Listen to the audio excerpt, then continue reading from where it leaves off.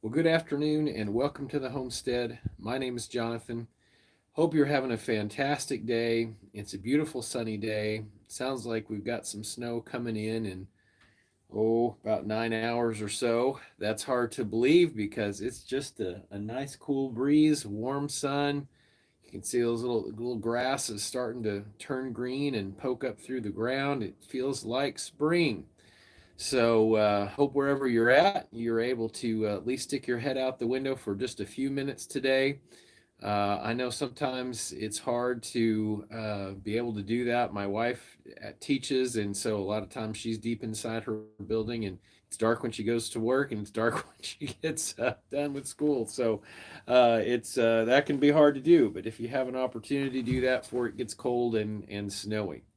But one thing's for sure, whether or not we see it in the next week or two, spring is going to come and it's going to be a fantastic year in spite of all the challenges, in spite of the hardships, in spite of a lot of the very distressing and difficult things that are going on. It's good to remember that the sun rises and the sun sets, and there are times of day and there are times where it's night, and those are just seasons that have occurred upon the earth. They will continue to occur upon the earth, and there's nothing that we can do that will change that.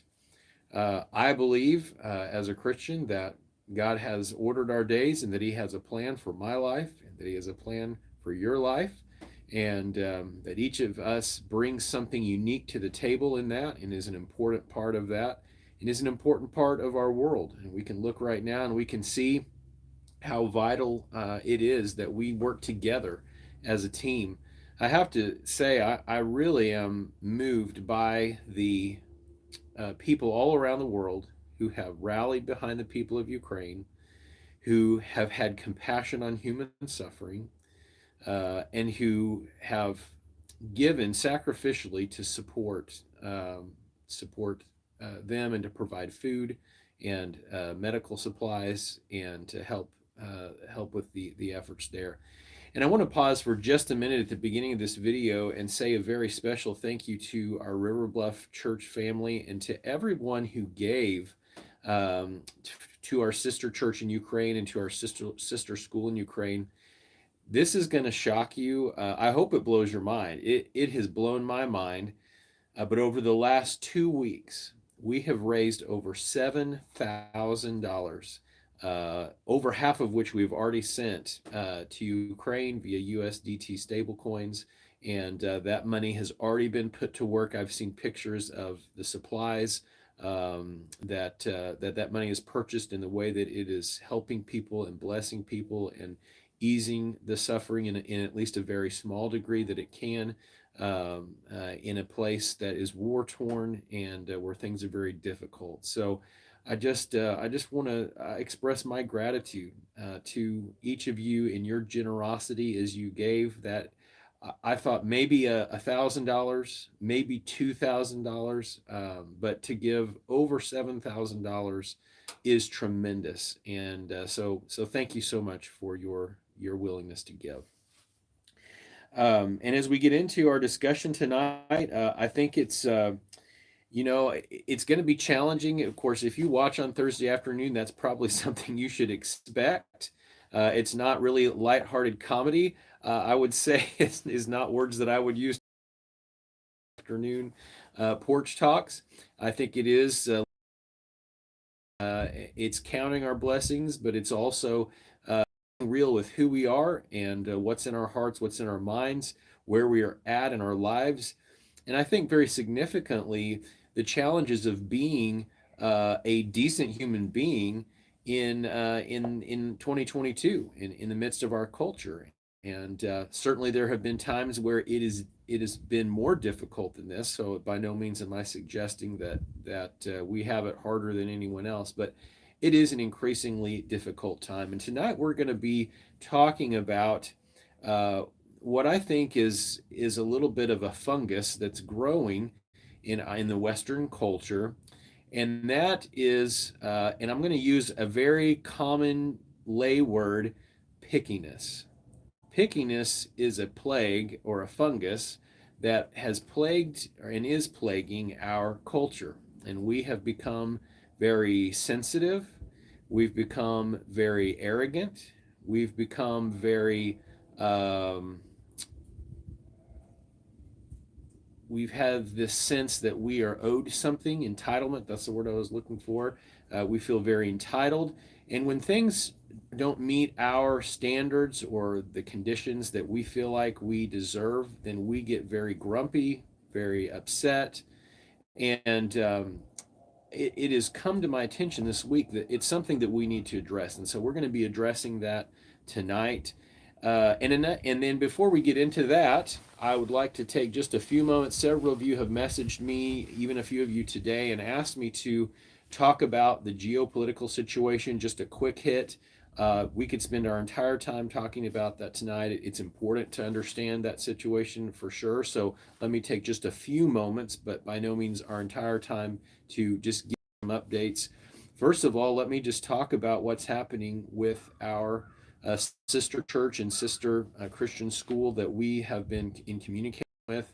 I was in communication yesterday morning with Alexei Marchenko, who's the director of the children's school, and he let me know that the situation there they live in the Jatoma region.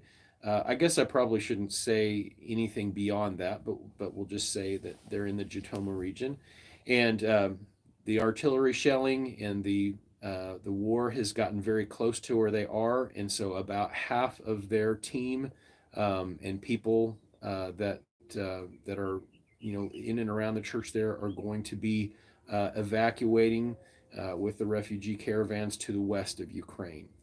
Alex and his wife and his family are going to stay.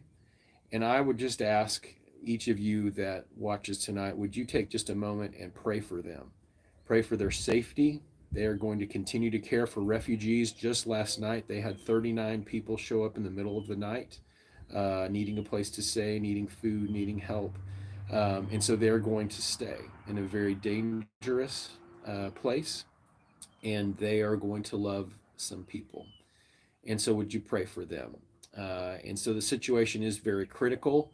Um, I think the media has actually done a pretty decent job. I think I've said that in its coverage of the war. It has been a little bit, um, maybe too much emphasis on the fact that Ukraine has been able to hold the Russians back. While that certainly is the case, the Ukrainians are losing the war, and they're losing ground, they're losing people. There is a lot of civilian casualties and suffering, and so that's hard. And that's not to say anything discouraging. My hope is that they would continue to defend their country against aggression and against authoritarianism. But my understanding of the situation there is that it's very dire, and there's a lot of ground being lost and a lot of people hurting. Um, Many of the people that I know have, in fact, one family has already evacuated to Poland, and so it's a difficult situation. So we need to continue to pray. I want to speak to. Let's just look at the oil. Speak to the oil situation. I know that many of you have woken up the last few days to $3.49, $3.69, $3.07 for gas, $4.50, $5 for diesel. I understand that is alarming. I mean, it's $100 to fill my truck up. Um, so I'm I don't want to say I understand, because at this point in my life I'm blessed to have that $100, and I'm thankful for that, to be able to fill my truck up. And I know many of you, that is a struggle, and that has put hardship on your family. And so first I want to acknowledge that and recognize that's a real concern. But I also want to say that if we measure our discomfort in our situation against what the Ukrainian people are enduring, it is lesser. And so I just want to say to you, my feeling is, let's endure some hardship, let's endure some discomfort, That means maybe we're going to have to eat a little bit less. Maybe we're going to have to defer that new couch we were going to buy or that trip we were going to take, so that we can help some people. And I think the oil embargo is a help, and I think it does further uh, restrain the Russian Federation's war machine. And so, and I'm using that as an example because there's about 10 other things just like that are going to be hardships for Americans and for other Western countries, especially in Europe. So, uh, it's important for us to, I think, just to put that into perspective. So by no means am I saying I don't care about your discomfort. I do care, and I understand that. But to give some perspective that in wartime we all need to make sacrifices, and this is a war not just on one nation, but it's a war on freedom. It's a war on the idea of the republic and the idea that a rule of law can exist in the world, and that idea is being attacked by communism, by socialism, even by democracy. As a lot of times the media talks it up as a positive thing, but democracy is mob rule. It's the rule of the mob, the rule of the majority, and I truly believe that we should be ruled by law and not by the mob, or by an oligarchy of a few people or by a dictator, but that we should establish a rule of law, a constitution, and that we should live by that set of laws, and that everyone should have the opportunity to be all that they can be. So a lot more could be said about that. Wearing my state of Missouri seal, have my American flag behind me, feeling a little patriotic today. So maybe you see it a little differently, and that's okay. So you can share that in the comments, or you can talk with me. I think everyone's been a little sheepish. We've had quite a bit of viewers. We've had 80 plus viewers for most of our porch talks. So I think everyone's feeling a little sheepish to make comments, and that's okay. So you can send me a message, or maybe you can be bold and make a comment or two. It's okay, and you can disagree with me. I respect your freedom to share, and I hope you will respect mine as well. And so then we can get along and have a helpful discourse, and we don't have to have a war or get angry with one another, but we can just consider that. Um, so that's just a little bit of an update there, and just kind of what's happening. What are the things at stake right now? Well, a no-fly zone is continuing to be discussed. The idea of sending planes has been halted for the moment, and I understand. I do understand the concern about, taking us. I mean, we are at the very edge of a World War III scenario. Taking that next step, that is a delicate thing, and so I understand why we are trying to be reserved. We do not want to escalate, but yet at the same time, I believe we do have a moral obligation to protect the innocent and protect those who have been invaded. So that's a difficult thing, and I guess what I could say for myself is that I'm praying for our leaders for wisdom, and for any of them that are listening, probably not many, but for any of them that are, I would be willing to sacrifice my discomforts in order to help the people of Ukraine. So whatever is asked of me, I will try to do my best to endure hardship, so that we can support them and support freedom in the world. So hopefully that helps a little bit and maybe has challenged you to think about some things. A lot of time we get a one-sided opinion, and or even on YouTube, just like this, you might feel like my opinion is one-sided. I hope that it's not. I hope that I have an open mind and am willing to consider the situation from all the parties. And by no means do I am I hating on the Russian people. They're enduring a terrible hardship. Their financial systems collapsed. Their currencies collapsed. Banks are closed. They can't use their credit cards. There's run on grocery stores. I mean, they're enduring a terrible hardship as well. And I my heart goes out to them, and pray for them as well. Um, when I consider this situation, and my hope is that somehow this situation can be de-escalated, and we can um restrain the aggressiveness, and that this will not be a scenario like we experienced in World War II, where Hitler invaded Poland, and then he just kept going. and that cannot stand. There has to be a line somewhere, and so just praying that for wisdom for our leaders. Well, let's jump into that and or jump into that. Let's jump out of that and jump into our topic tonight. And I want to discuss it in perhaps a little bit of a preparedness way. I know right now many of you are getting prepared. You are, preparing, getting your food stored away, making sure you have supplies, ability to repair vehicles. You're getting you're putting together a plan to protect your your home in the event that there is a disruption in some way during a war situation, or if there is an EMP or something that happens, even just a cyber attack on a nuclear reactor, of which there's one in northern Arkansas not too far away from where we live, and then another one just north of Columbia in Missouri. So I'll be honest, tank shooting at nuclear reactors makes me nervous. And last week when we saw that, I actually honestly was shocked out of my mind to see that was even happening. I thought surely this is a mistake, and nope, it wasn't, and it was intentional. And I the risk of a radiological situation I think has increased. And so, having some potassium iodide, just kind of reviewing the basic nuclear preparedness, I think is a really good thing. So, whatever you're doing to prepare, encourage you. If you're not, if you're thinking about other things, then I want to kind of put out a challenge to you to think about that, and just to think about what it would be like. What if you lived in Russia or Ukraine right now, and there wasn't food in the stores, and power was disrupted, internet was disrupted, then in what way would that impact you? Are you ready for that? I mean, do you have some food set aside? Do you have some alternative power or way to heat your home?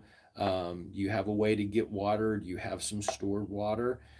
So that you could weather a situation like that if you have to hunker down, if there is a reactor meltdown and you've got to stay inside for several days while the worst of that nuclear fallout passes, are you able to do that? And so, or if you do are exposed to radiation, do you have some potassium iodide that can help your thyroid metabolize that radiation? So I know that that's a lot to think about, and I'm just barely touching on the topic. That's not tonight's topic, but just to get us thinking about it a little bit for those that maybe haven't been thinking about it. Those are just some of the things that we're preparing. Now, as I understand, and I've tried to spend some time understanding and looking at the supply chain, the next difficulty that we're going to have, besides the rise in gas prices and perhaps even some gas shortages, is going to be grain shortage. And the reason that there is likely to be grain shortages is because much of the world's grain is produced in Eastern Europe, and that difficulty of now that grain is not coming is compounded by two other problems. Number one, China has been storing grain for a number of years. I find it interesting that they've been doing that. I'm not going to say anything beyond that, but I find that interesting. So that further restricts supply. And then several other large grain producers have come out and said they're concerned for their own populations that there will not be enough grain, and so they are no longer going to export grain. And that has really put a pretty severe strain on the grain situation. So it's going to be a while, I think, before we see the effects of that, and that's of course before we even discuss the transporting of grain and the challenges of that and the costs of that now. Uh, we had our best sheep sale ever this past fall. We averaged about $170 a head, which is just tremendous. I mean, that's more than double what we were getting during COVID. So that was just a huge blessing. And my understanding from some others in our community that have been to sold in the sale barn recently, we're getting ready to sell a week from Friday, is that they're getting $250 plus a head. So if that kind of gives you an idea of what producers are having to pay, because we do sell to local farms, but also to pet food companies, food companies, human consumption companies that purchase meat and they put them in their products. So that is going to be a pretty severe shock. Of course, I'm not ignorant. I realize there's already been a severe shock with food prices, but a lot of that is because of labor. A lot of that is because of the labor challenges. So now we're going to, on top of that, we're going to have a supply shock. And so it's probably a good time not to run to the store and panic and hoard grain and take it all off the shelf so that nobody else gets some, but just to begin to get a little bit extra when you go, get some extra pasta. And I know that many stores don't have pastas, but or that it's very thin, but just get what you can. Get some extra cereals, get some extra, just a little bit extra everything, canned goods. And um, at this point, there was a time a couple months ago you could get the long term food supplies. I think we were paying about $110 for a 30-day supply. That's now over $240. So I can't really recommend that you do that. That's probably not uh, a great investment at this point. But you can get creative. There's some great YouTube videos. In fact, tonight's video was kind of inspired by a great YouTube channel called Appalachian Homestead, where they were talking about, the theme of the night was about pickiness and about how we're all going to have to get a whole lot less picky in the West. But a good part of that, their channel and a number of other great channels have how-to videos on how to purchase Mylar bags and vacuum seal food. And so those would all be fantastic ways to get prepared and just get ahead on your food. We were very fortunate during the COVID situation that there was still food on the shelves. There were some times it got pretty thin, and we ran out of some things, but generally you could still get food. So we were blessed by that. But if you would have purchased your food kind of through that or prior to that, food you'd be eating right now, you'd be eating almost half price, or at a 30% discount. So even if, and I'm hoping for the West, but planning for the worst, for the West, for the best, planning for the worst. Even if things de-escalate and get better, food prices are still going to be high. That was a problem before we ever got into a war footing. So you will still be able to be eating on today's prices next year or 6 months from now at a much discounted price. So it's still good stewardship and to your advantage to always have a good supply of food. But I think now more than ever, it's going to be a time to get ready, especially this is, a little silly, and I guess it does speak to the pickiness. But if you have some real certain specific brands and things you like, that when things get slim, pickings get slim, and those options are not available, and you just, want to have a little special something to celebrate with on your birthday, that well, this would be a good time to buy it. Encourage you to get out and do that. But the transport costs are, of course, rising. Mentioned that earlier, and that is going to, make it pretty expensive to buy some specific foods. And of course, everything has grain in it. So that's troubling. So it's not a reason to get upset or concerned. It's just a reason to be thoughtful and just kind of think about, okay, well then, knowing that's the case, then how can you put yourself in a place to be ready and to be ready to help others. One of the reasons we are able to help Ukrainians is because we have some extra, or we have the ability to sacrifice so that we can give some extra and be of help. And certainly when there's a crisis, we want to be in the position to be able to do that, but you can't give what you don't have. So I'll encourage you to put yourself in that situation, and be ready for that. When grain kind of becomes a complication or a challenge, then you'll be ready for that, and you'll have some opportunities to help others that are in need as well. So kind of along that line, thinking about what it might be like if all of a sudden there's less options. And I know some of you are saying, well, hey, wait a minute, there's less options already. I get that. We were at one of my favorite barbecue places a couple weeks ago with some friends, and I could not believe that there's no more corn dogs. There's no more onion rings. I mean, some of my favorite things on the menu are gone.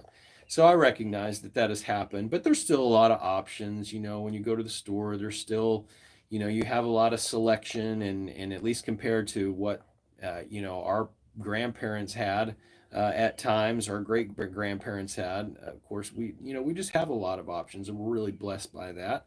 And so a time may be coming where we do not have. And I want to speak to that issue specifically tonight. And we're going to begin actually by looking at Proverbs 11:2 through 4. So if you want to be kind of getting ready as we discuss, we're actually looking in four different places tonight. Don't let that panic you. I'm going to try to keep this closer to an hour. I know last week was a long one. There was just so much information to get out, and I didn't want to make it a two-parter. So I'll try to be more direct and to the point tonight. But I don't want to rush through and push through and overwhelm either. So hopefully I'll hit it at a correct speed. But before we jump into that, I want to define the word picky. And if you want, you can, I just used the Google and I looked at a definition of pickiness. And I was actually really surprised at the words, the synonyms that came up. Consider this: pickiness, troublesome, dainty, tiresome, demanding, delicate, obstreperous. I had to look that up. I had never heard the word obstreperous before. Perverse, intractable, hard to deal with. And, when we talk about pickiness, I don't know that we think of it in terms of it being wrong. And I've realized through the study that I've done that it is wrong. That it is in contrast to the scriptures. It is and really it's in contrast to what's good for a civilization. That when we become these things, troublesome, tiresome, demanding, perverse, hard to deal with.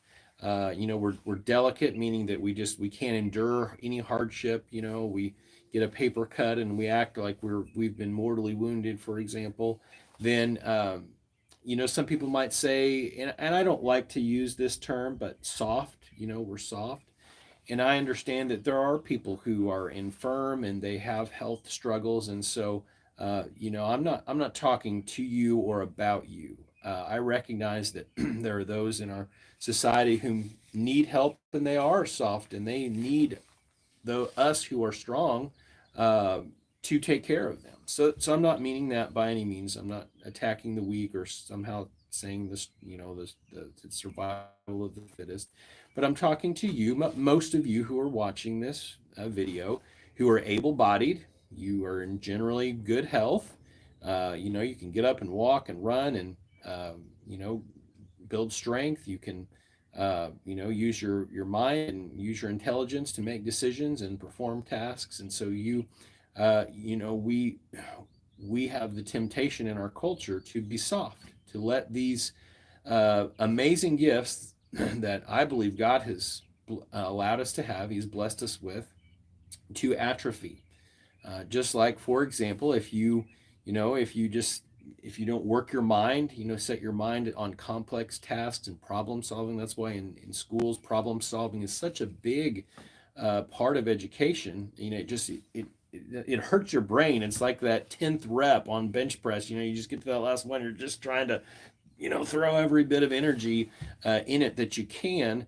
Then that's what the problem solving is like. And so when we fail to exercise our mind, it atrophies, and we're not able to endure the complex thinking and endure mental hardship, and we get fatigued too easily, and we give up. We're not willing to face challenges or overcome obstacles and adversity, and so it's a loss. Same thing with our bodies. And, here I'm a little bit of a hypocrite. I probably got a good 30 or so pounds I could stand to lose. But a lot of us are lazy and we are not willing to get out and work our bodies. We're not willing to run or lift weights or just do some good old fashioned hard manual labor, help a neighbor move. That's a great workout right there, just helping somebody move. Uh, and we make excuses. We're too busy, or our elbow hurts or whatever. And I know, again, many of you have physical reasons why you can't do that, so I'm not talking to you.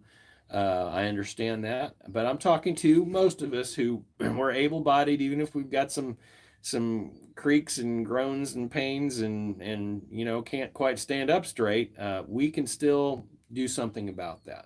And so the reason we don't is because of this issue that I'm talking about tonight. So it really goes well beyond pickiness. It speaks to um, probably another term that I will use, maybe, or that you might use when we're talking about children, and that's being spoiled. Right? We're spoiled, meaning that because things have been so easy, we don't come up against certain specific hardships, things like living without power, living on a lower calorie diet, because there's not as much food available, or good kinds of calories, like calories that have proteins and complex carbohydrates and healthy fats. Then because of that, we just, or maybe, and maybe, for example, prior to 2022, where food prices were pretty low, you can get a loaf of bread for 99 cents. And, there's the dollar menu, which that's almost non-existent anymore. You could uh, get lots of food for pretty cheap. I mean, when I was, oh, I don't remember how old I was in my early 20s. I had two kids. And they were maybe, I don't know, David and Alicia were probably 4, 5, 6 years old. We would go out to Olive Garden for dinner as a special time. It was a time in our life where we didn't have just a lot of extra money to spend, so it was a big deal when we would go to eat out. Usually we would go with my parents or my in-laws to eat out, because we just, that wasn't in the spending plan. And when we would, it would be a special thing. And I could remember with our our meals, tax, and tip is $20.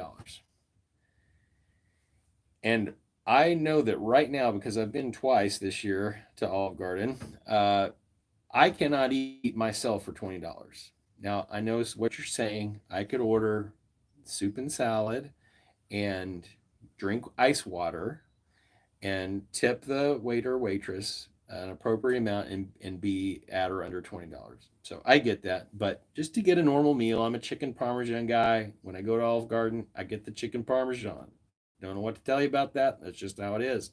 Eat a few breadsticks, eat a few more breadsticks I probably should, and have a nice big bowl of salad with all that really super fattening dressing, and yum yum. I know I'm making you guys hungry. Now you're gonna turn me off and go eat. Well, just take me with you wherever you go eat at. But that's obviously not the case. Now, what four people could eat on, it's difficult for one person to eat on. And so just the idea that it's changing is something that we probably should prepare for. I mean, you don't want to. It's kind of like if you were to say, okay, I'm going to commit to running a marathon, and it's 6 months out, and you just continue to, sit on the couch, watch Amazon Prime and Paramount Plus and whatever else, and you maybe every once in a while you go for a walk, and you're like, okay, and then it's marathon day. Well, you're gonna have a heart attack and die if you try to run the marathon if you've trained like that, right? But in contrast, if you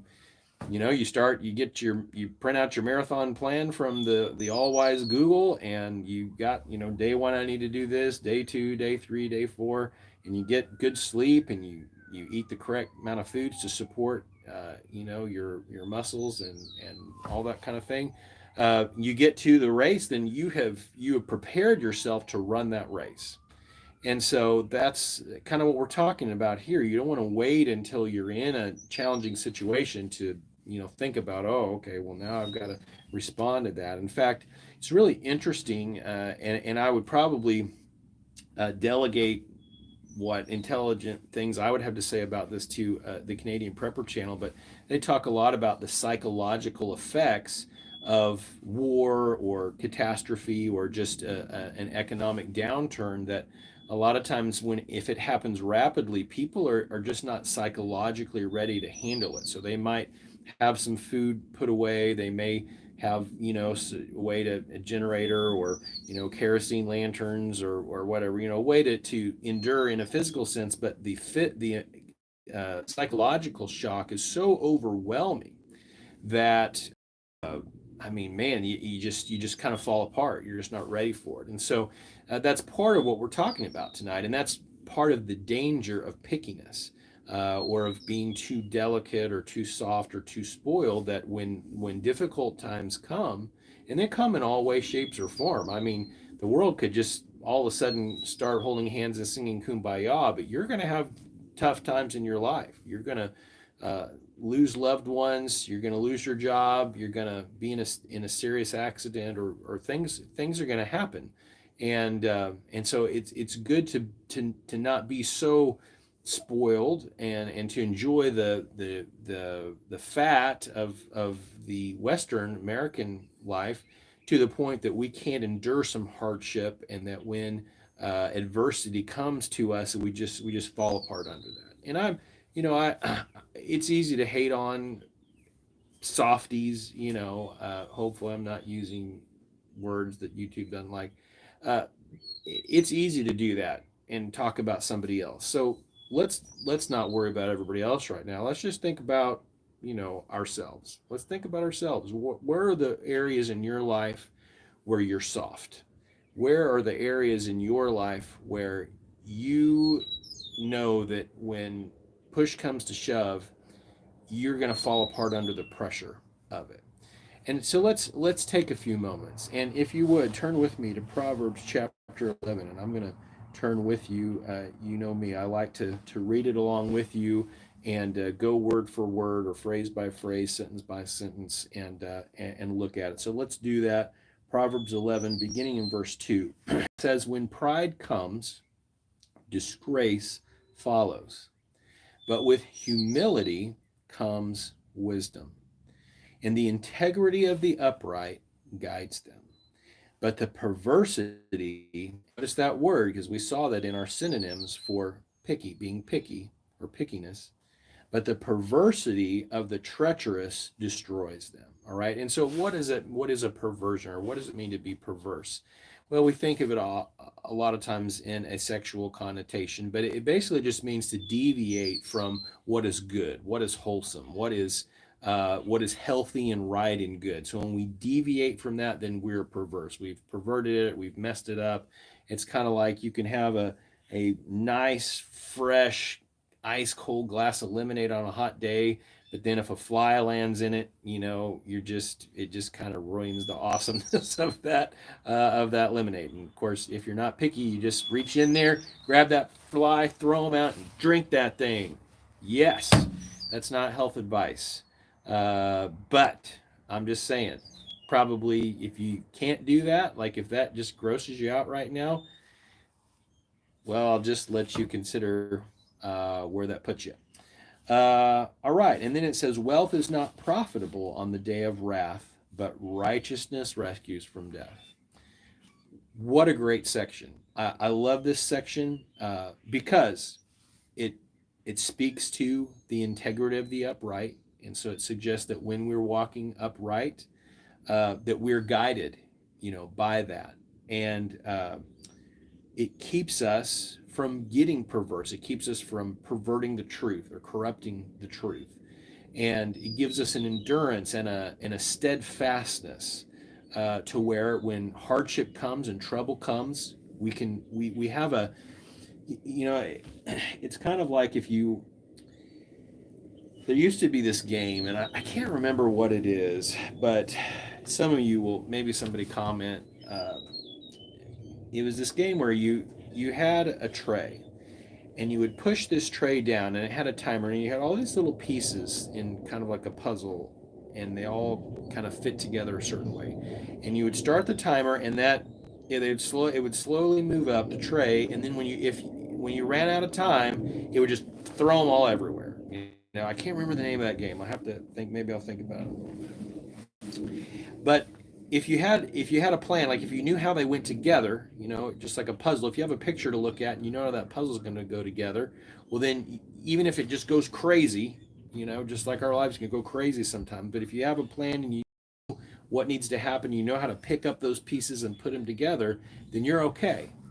But if it's just chaos and you don't know what the picture is, you don't know what you're heading for, well then you're in chaos. And that's why I'm so big on the Republic, on rule of law, because rule of law takes all the subjectivity out of it. Instead of being, well, here's what I think we should do, or here's what the majority wants to do, or what the minority wants to do. Because, minority rule is not good either. It's just as bad as the majority rule or mob rule. So we need a standard, a clear standard that everybody understands and agrees to, so that we can live life in peace. Just to agree that we shouldn't murder each other, we shouldn't lie to each other, we shouldn't steal from each other, and that if we do, there should be consequences to that. It seems like quote unquote common sense, but as we all know, common sense is extremely uncommon in our era, in our time period. And so I think these verses help us understand the value of that, and how important it is to stay on that righteous path, or to be consistent with truth, and to know where we're going, how we're going to get there. That doesn't mean that we don't trust God and we don't rely on Him for that plan. He is the giver of the plan. He is the giver of the next steps. And when I say plan, sometimes there isn't.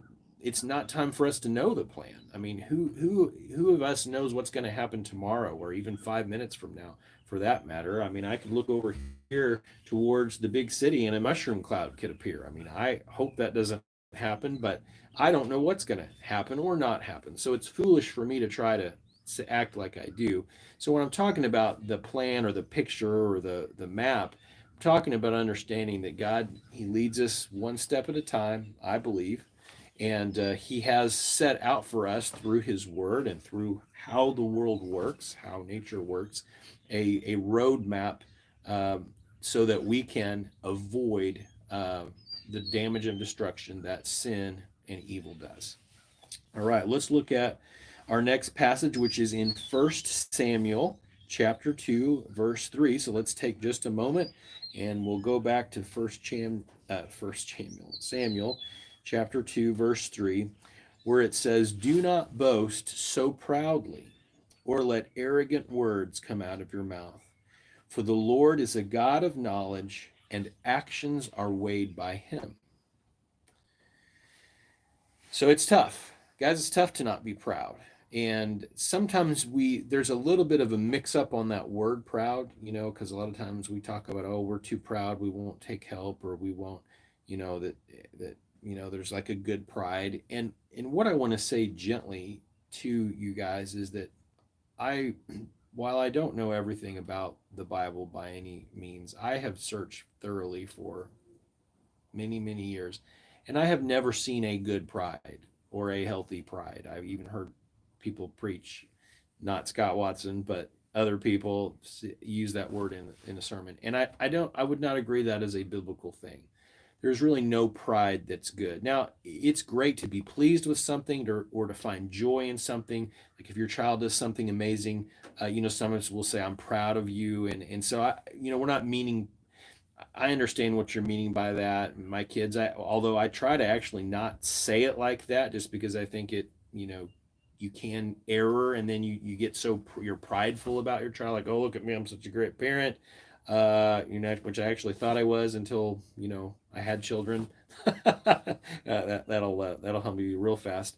But it's tough to understand exactly what we're meaning by that. But pride, in the sense that we have this false security in our abilities or in our strength, which all of those things are fleeting and can be taken away from us in any moment. And so we must humble ourselves, place others' needs before ourselves, and that kind of speaks to what we're talking about with the oil crisis and the oil embargo. That how it probably is important for us. While I hate for it to all be political a lot of times on this channel, or on Porch Talk on Thursdays, that it's hard to avoid those realities in our life. And so I believe it's very important for us to humble ourselves, consider other people before we consider ourselves, in our actions and in our deeds. And it says very clearly, let arrogant words do not let arrogant words come out of your mouth. And so we need to be speaking humility.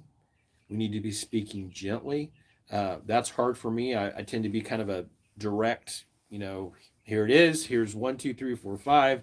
I don't like the drama. I don't like ambiguity. I don't like fluff, or don't give me any of that stuff. Just give me the straight facts, right? Just give it to me, tell it to me straight, or as the Amish or the Mennonites would say, speak plain. I think that's a great phrase to use. Speak plain. Don't give me a bunch of speak, a little sales talk and all that. Marketing, don't market me. Just tell me how it is. When you're trying to sell me something, or chastise me when I'm wrong, then just don't beat around the bush. I mean, don't kill me either, but just tell it to me plain. And so we should be uh, we should be that way in our speech, and we should just be kind and generous, not flattering, but honest, and but humble in our demeanor, in our tone. Jesus was a gentle man. That doesn't mean he's weak. It doesn't mean he didn't change the world. He most certainly did. But he was a gentle man, and he had compassion on the weak, and he was very humble in his speech. And if anyone had the right to be arrogant, well, it most certainly was him, because he, after all, he was the King of Kings. But rather than act kingly, he acted humbly, and even his name was a very common Hebrew name, so that it was not significant really in any way. All right, well, let's look now at our next passage, which is Romans 12. Romans chapter 12. Romans is in the New Testament. And we're going to look at the first few verses there. And I think as we think about this particular passage, if we look, this whole section is really about being a living sacrifice. It's about what it is to be a follower of Christ. I mean, that I think that's one of the strength of all of or most of the epistles, is that it helps us understand what it is to really act out these things, or to live by these things, to make it real inside here. I mean, there really is nothing worse than what I call a quote unquote Sunday Christian, of which I have been in my past, ashamedly, where I talk this big talk, and I look a certain way, I dress a certain way, I act a certain way, I even speak, religious words on Sunday, and then I walk out of that and I live a life that speaks a contradiction of how I act on Sunday. And that's, guys, that is something that has plagued the church for, well, I guess forever. But it doesn't have to be that way. If you mess up, be honest about it. If you're a hypocrite, stop it. Stop being a hypocrite. Don't act different on Sunday than you act for the rest of the week. If you're cussing all week long, and then all of a sudden you have to remember not to cuss at church, well, then there's an inconsistency there, right? I mean, I'm not saying go to church and just cuss everyone out, but I'm saying, think about that. I mean, think about the consistency of that, and really, honestly, how ridiculous that is. It's like playing pretend when you're 5. Are you 5? Are you going to go to church and play pretend? Like, go look at me, I've got my, whatever, and play pretend. Well, that's not helping anybody, and it's most especially not helping you, because you just keep believing a lie. I would love to act like I'm just perfect on Sunday, perfect throughout the week. Well, I'm not. I'm just a man like anyone else. In fact, I used to think of myself as a pastor, and really, I'm just a man who has the humble responsibility as pastor when called. And so, because I don't even feel worthy for that title or for that calling, because it is a high calling and it is a high standard, and I'm not sure I even fully meet that standard, because sometimes in my heart of hearts I have anger against my brother, and I can be unforgiving, and I can, you know, be all kinds of unpastorly things, and so we just need to be honest with that, and honest with ourselves, and try to. Uh, uh, Walk humbly before people and before our God. So let's look at these verses now. Again, I'm sorry, I kind of got to talking in Romans 12 verses 1 through 3, where it says, "Therefore, brothers, by the mercy of God, I urge you to present your bodies as a living sacrifice, holy and pleasing to God, for this is your spiritual worship." And we actually talked a little bit about that on Sunday, a couple weeks ago, about how important it is for us to worship, not just, again, at church on Sunday or on Wednesday night or whenever it is that we go, but with our lives. That this is our spiritual worship. And again, what is it? to present our bodies, no, there's to present ourselves, the way we live our life, as a living sacrifice, which again, a sacrifice is an act of humility. It's an act of laying our life down, laying ourselves down, um, recognizing that others are greater than us, or we're placing their needs above ours. And then ultimately, I believe, submitting ourselves to Christ's lordship. And then it says, "Do not be conformed to this age." In other words, don't just be like everyone else. Don't think like everyone else. Don't just kind of go with the herd. Like, I mean, my sheep, bless their hearts, I love them all. But when a few sheep start going a certain way, and everybody just follows, right? And it can be into total trouble. It can be into total disaster. They can be walking right into trapping themselves somewhere, or all kinds of foolish things, but they just all start following, right? There's just a few people and everybody just starts following. It's that herd mentality, and we do that, and that is in direct contrast to what the Bible teaches us to do, that we are to not be conformed by this age. So, not conformed by its music, by its movies, by its political beliefs and banter, by its popularity or entertainment. And again, I'm not hating on everything that's not, quote unquote Christian by any means. I'm just saying we're not to be transformed by those things. We're to be the ones leading the herd. We're to be the ones that stand kind of like that rock when the stream is just running over, and going in a certain way, and that rock is just steadfastly standing there, in spite, defying the water as it flows by. That's not defying in an arrogant way, but in a strong and humble way, defying the movement of our culture.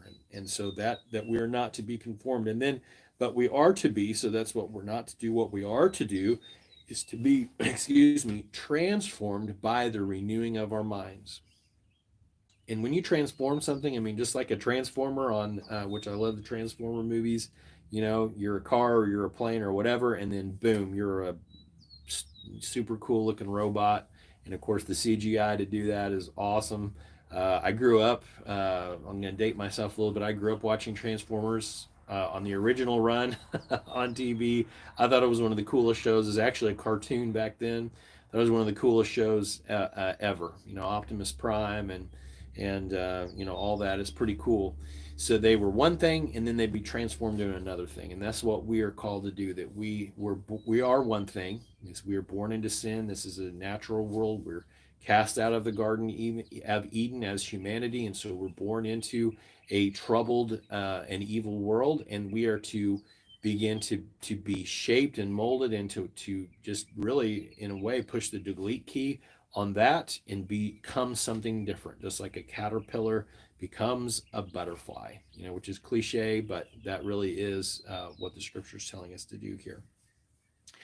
To be transformed by the renewing of your mind, so that you may, and this is kind of interesting. A lot of times I think about the first two parts of this, that we're to be not conformed to the age, but transformed by the renewing of our minds. And I forget this very important bonus truth where it gives the reason why. And I love getting the reason, because there's so many times in life where you just have to do things and we don't really understand why. But this one, we understand why, so that you may discern what is the good, pleasing, and perfect will of God.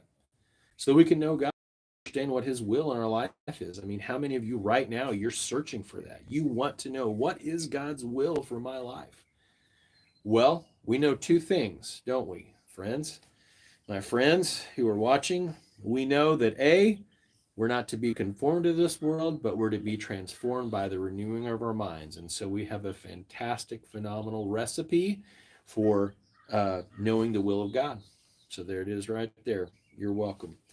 All right, let's move on. The hour is drawing nigh. We're going to finish up our examination of this, what the Bible has to say about being picky, about being, all the synonyms we read: troublesome, dainty, tiresome, demanding, delicate, obstreperous, perverse, hopefully I'm saying that right, intractable, and hard to deal with. All right, we're going to look now at 2 Peter chapter 2.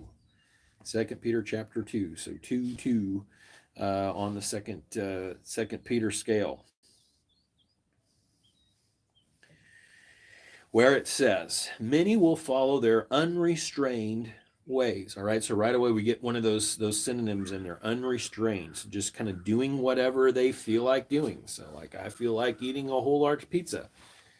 And frankly, I do feel like eating a whole large pizza right now. And if I did not restrain myself, there is one fact that I can assure you that I will in this video and I will go eat a large pizza because that is what I like to do. But we are not to be unrestrained, but we are to be restrained. But it says many are unrestrained, and it says the way of truth will be blasphemed because of them. Well, that's pretty strong language, all right? If you're looking for the summary of that or the vernacular, that basically if you live an unrestrained life, you are trash. All right. So some of you are like, yeah, I'm glad he didn't translate the Bible.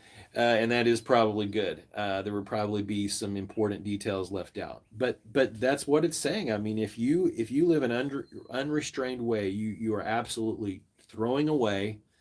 I'll use a less harsh term. You are throwing away all the valuable and important opportunities that you have to be a man or woman of integrity. You're just throwing it away. You're just throwing it in the trash can because when I mean, it is literally just like having anarchy in your life. And some of you will make the statement, well, my life's out of control. And so I want to say to you, if that's true, is that because you're living an unrestrained life? And perhaps consider that tonight. Many will follow their unrestrained ways, and the way of truth will be blasphemed because of them. They will exploit you in their greed with deceptive words. And we just talked about that, right? About, the marketing, the sales pitch, the fluff, the falsity, the deceptive words, as the scripture says. Their condemnation, pronounced long ago, is not idle. That means it's not just sitting there. And their destruction does not sleep. It is constant. It is in the world, and it is creating havoc.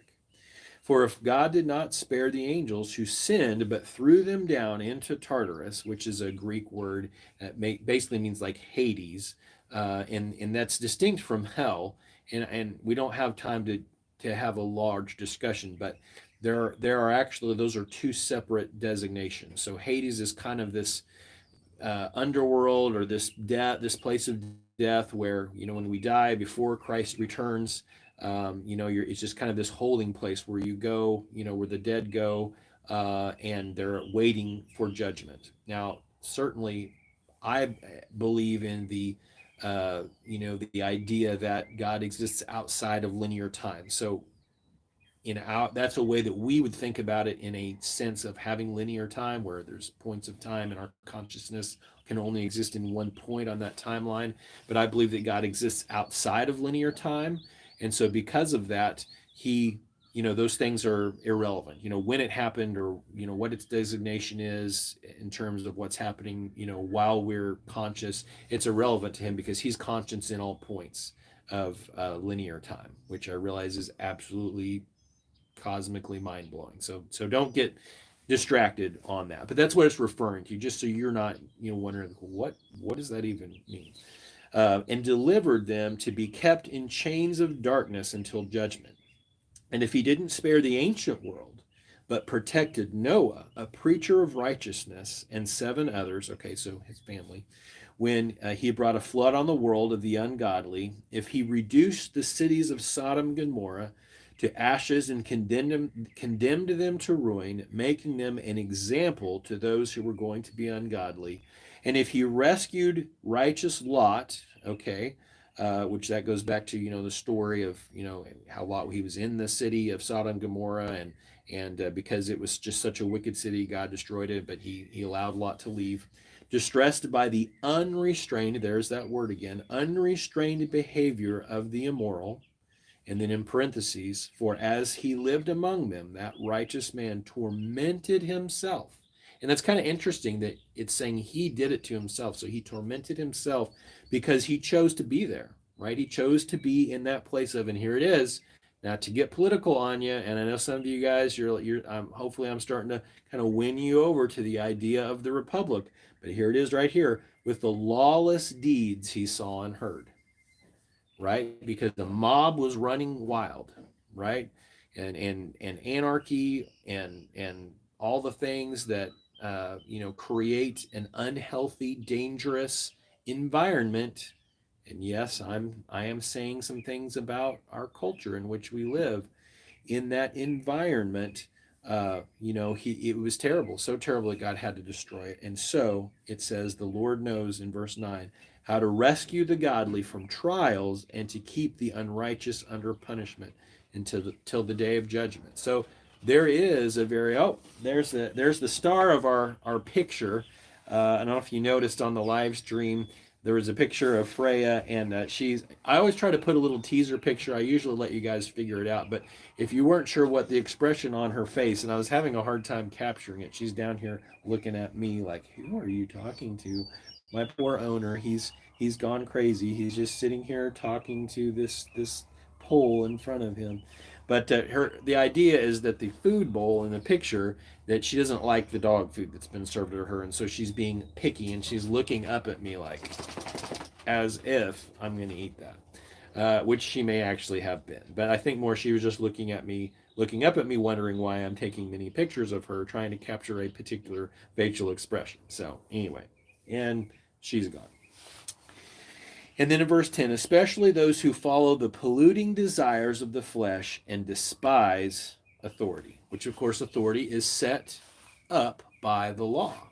And that's why we have so much trouble with authority, because we want to be rebellious, either anarchist or democratic, and then we just want to do our own way and get our buddies to agree with us, and then we just go run over everyone else, and we don't care about how it impacts our culture. And that's why rule of law is so valuable and so important, and it's such an important requirement to have that, and to have authority, which I know none of us like it. I don't like authority. I don't like the fact that when I'm driving down the road, I know I can't just drive 120 miles an hour. It's irritating because when I'm in a hurry, I want to drive fast, but that's unsafe, and it's unsafe for me and others. And so there's a speed limit. All right. Whether I agree with it and feel like it's the right speed limit or not, it is what it is. Right. And I can't go over and steal my neighbor's livestock, or I can't go into Casey's office and steal his paper clips, right? That's lawlessness. So I've got to be a man of integrity and recognize other people's rights and other people's, respect their property and their person. And where do we learn that? Right here from the scripture. So I hope that you, through this examination, have recognized that it really is a problem. That I hope that I have persuaded you this afternoon that as a picky people, if that's you, if that describes you, if you have just gotten so comfortable with eating certain foods and not having to really get out and do manual labor at work, maybe you've got somebody to mow your yard, you got somebody to fix anything that breaks, and guys, I'm not attacking that. There's a lot of skills I don't have. And it is wise. It is often wise if you're not willing to take the time to learn a skill, then hiring someone, a professional, to come out and do something, well, that's great. So don't hear me saying if you're not a DIYer, you're trash. I'm not saying that at all. I'm just saying that sometimes we've insulated ourselves so much to discomfort that, we can't sit in a chair without a back on it. And I say that kind of tongue in cheek, but I can remember being in Ukraine, and their worship services can be 2, 3, and 4 hours long, which I realize I just talked to anybody who was thinking about on a future mission trip to Ukraine. So I'm sorry for that. But and guys, their chairs don't have backs on them. It's just a bench usually when you go to worship. Sometimes they do, but that would be a privilege, not the norm. And you got to sit up straight. And I noticed something. Our American team, we were just moaning, moving around like this, trying to get comfortable all the time. And there was a mission team from South Korea. And you know what? For 4 hours, you know what they did? They sat up perfectly straight, listened. They weren't squirming. They weren't dying on the inside like I was. And that's not to say, sometimes it seems like I'm hating on Americans, and I'm not. I was born in America. I love in America. I have my patriotic flag right here. I am, even though I'm not prideful, I am proud to be an American. And what I'm saying to you as my fellow American, no pun intended, is let's step it up. You know what? Let's be like our pioneering ancestors who settled this land. Let's be like the greatest generation who stopped Hitler, sacrificed their lives, and they sacrificed the ease of life and their families that were on the other side of the ocean back here, keeping things going during the war. They went out, they stopped Hitler, they made things right, and it was tough. It wasn't something that they watched a movie. It was them. They were the real deal, and it's time. Perhaps it is time for us to step up as well. Whether a world war or a global war is coming or not, being picky, being particular, being hard to get along with is not helping anything, and it's a disservice to our culture. It's a disservice to our country, and it's a disservice to our families. It's a disservice to us.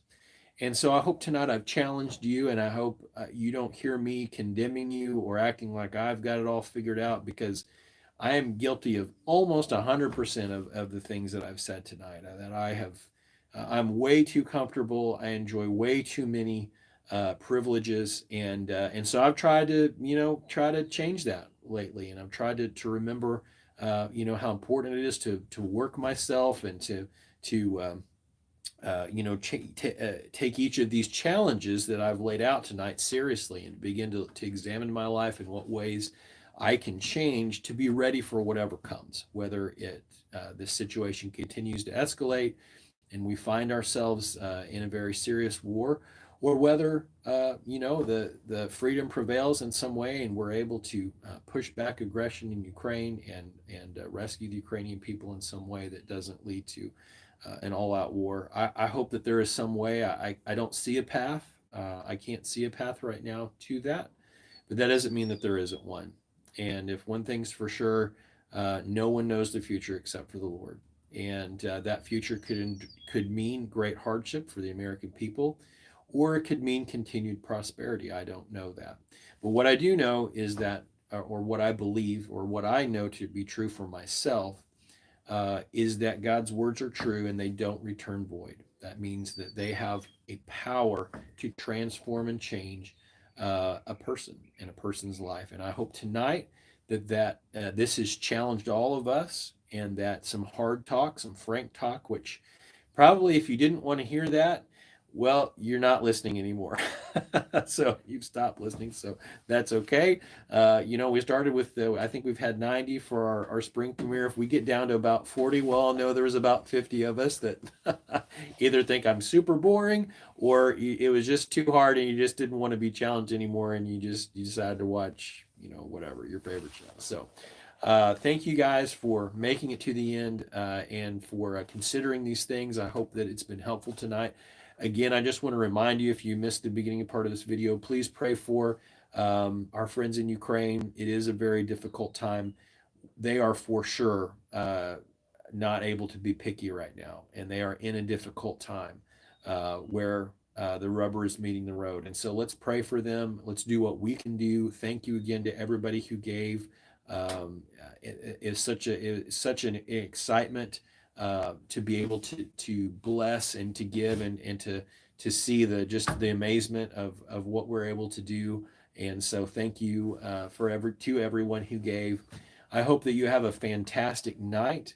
I pray that the Lord would bless these words, bless His word most importantly, and bless you, the hearer, that we would not just be hearers, but we would be doers also. So have a great evening.